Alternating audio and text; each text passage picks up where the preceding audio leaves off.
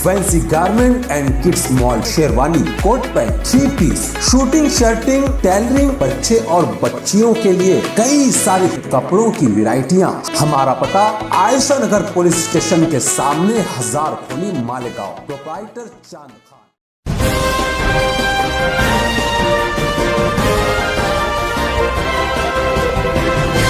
मानव समाचार, मानवता के हक में। मानव समाचार में आपका इस्तकबाल है। मैं हूं अब्दुर्रहमान। आइए देखते हैं आज की खास खबर। 12 नवंबर पथराव मामले में मुलजिमीन की रिहाई का मरहला तकरीबन मुकम्मल हो चुका है। बहुत मुमकिन है कि परसों यानी कि शनिचर के दिन एक काफिला नासिक के लिए रवाना होगा और अल्लाह ने चाहा तो शनिचर के दिन ही इन लोगों की रिहाई हो पाएगी, ऐसा जनता दल सेकुलर के मुस्तकिम डिग्निटी ने कहा। ऐसी उम्मीद उन्होंने जताई है। इस बीच एक बच्चे का लिफाफा तैयार हो चुका जिसका नाम है शेर खान हयात खान, जिस पर CRPC 76 के तहत आयशा नगर पुलिस स्टेशन में मुकदमा दर्ज किया गया था। उसकी भी जमानत का फैसला हो चुका है और बहुत मुमकिन है कि कल दोपहर तक इस बच्चे की जमानत हो पाएगी। इस मामले में advocate Atiq Iqbal Wasif, advocate CP दोरे और एडवोकेट फैज़ वासिफ ने नुमाइंदगी की है इस मामले में। इस बच्चे की बहुत करके कल दोपहर तक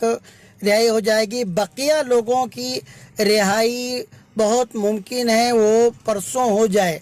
इस मामले में 1 या 2 नाम ऐसे हैं जिनकी अब तक जमानत की अर्जी नहीं दाखिल की गई थी। उनमें से एक बच्चे की जमानत जो कि ज़हनी तौर पर माजूर है, फैयाज नाम का, उसकी भी जमानत आज मंजूर हो गई है जो मकामी कोर्ट से हुई है। एक और बच्चे की जमानत के लिए बहुत करके 1-2 दिन में कोशिश की जाएगी। इस ताल्लुक से मुस्तकिम डिग्निटी ने तमाम नुमाइंदों से बात की। आज हाईकोर्ट से तकरीबन 2 बजे के करीब हाईकोर्ट के जो 74, 75 और 76 नंबर का ऑर्डर 7 अक्टूबर को हुआ था और हम लोगों को बड़ी बेसब्री से ऑर्डर का इंतजार था।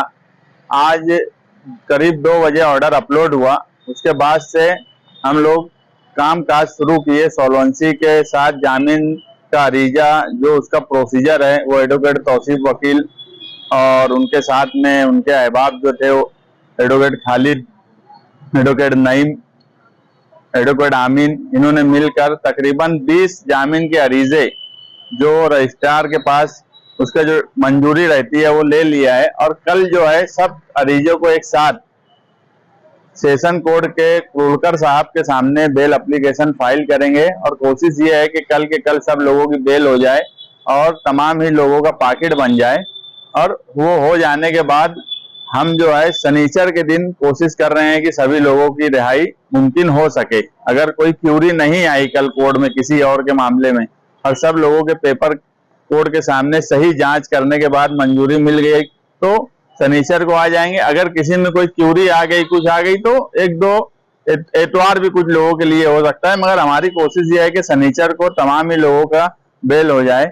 इस मामले में अव्वल दिन से एडवोकेट अजीम खान साहब और उनकी टीम जो है मुसलसल इस काम में लगी हुई थी और आज भी जो है सबसे ज्यादा जामीन के अरीजे मंजूर एडवोकेट अजीम खान साहब की ही टीम ने की है, क्योंकि सबसे ज्यादा अरीजे हमारे पास थे। हाईकोर्ट में बेल एप्लीकेशन हमारे पास था तो काम भी सबसे ज्यादा हमारे पास था, मगर उसके बाद भी इन्होंने 2 बजे के बाद ऑर्डर आने के बाद भी शाम तक सभी अरीजे लगभग उसके टेक्निकल, यानी आम जबान में बोलूं टेक्निकल जो मंजूरी होती है वो ले ली। और इस मामले में सॉल्वेंसी बनाने में हमारे इस्माइल मास्टर जो हैं उन्होंने काफी मेहनत की और कोई चार्ज नहीं लिया। जो ओरिजिनल फीस लगी है वही ली गई है। उन्होंने खुद के मेहनत का कोई चार्ज नहीं लिया। ये बात है कि 12 नवंबर के मामले में मालेगांव शहर में सभी लोगों ने, जहां वकला ने, जहां दूसरे लोगों ने, सभी लोगों ने एक हमदर्दी का जज्बा रखते हुए कौम मिल्लत का काम किया। मैं तमाम ही लोगों का शुक्रगुजार हूं जिन्होंने कौम मिल्लत के नाम पे अपने दिल में एक हमदर्दी रखी और उस हमदर्दी के नाम से ही सब लोगों ने काम किया। क्योंकि हमको लगता था कि यार सॉल्वेंसी में बहुत वक्त लगेगा, रुपया पैसा लगेगा, मगर इस्माइल मास्टर ने वो काम भी हमारा आसान कर दिया, जल्दी भी कर दिया और रुपया पैसा भी कुछ अलग से खर्च करने की नौबत हमको नहीं आई। मुस्तकिम साहब, एक बच्चा इस पूरी लड़ाई में छूट रहा था जिससे आज मकामी कोर्ट से उसको राहत मिली है, जहनी माजूर है, मगर अब तक उसके घर वालों ने भी जो है वकला से राब्ता कायम नहीं किया है और बताते हैं कि फाइनेंशियली गरीब है। उसके लिए आप लोगों ने अभी क्या लाए अमल तय किया और बच्चे की रिहाई की? फैयाज अहमद नाम है, वो जब से सेंट्रल जेल में गया है वो अव्वल दिन से वो दिमागी तौर पे पागल खाने में ही उसे रखा गया है, जो अंदर हॉस्पिटल का जो मेंटल हॉस्पिटल रहता है वहां पर।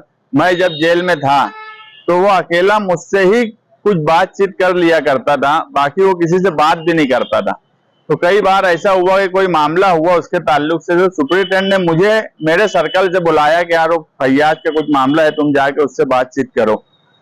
ये जुल्म की इंतहा थी पुलिस की कि ऐसे लोग जो दिमागी तौर पे भी सही नहीं थे उनको भी जेल में डाल दिया गया। आज 11 महीने से थे।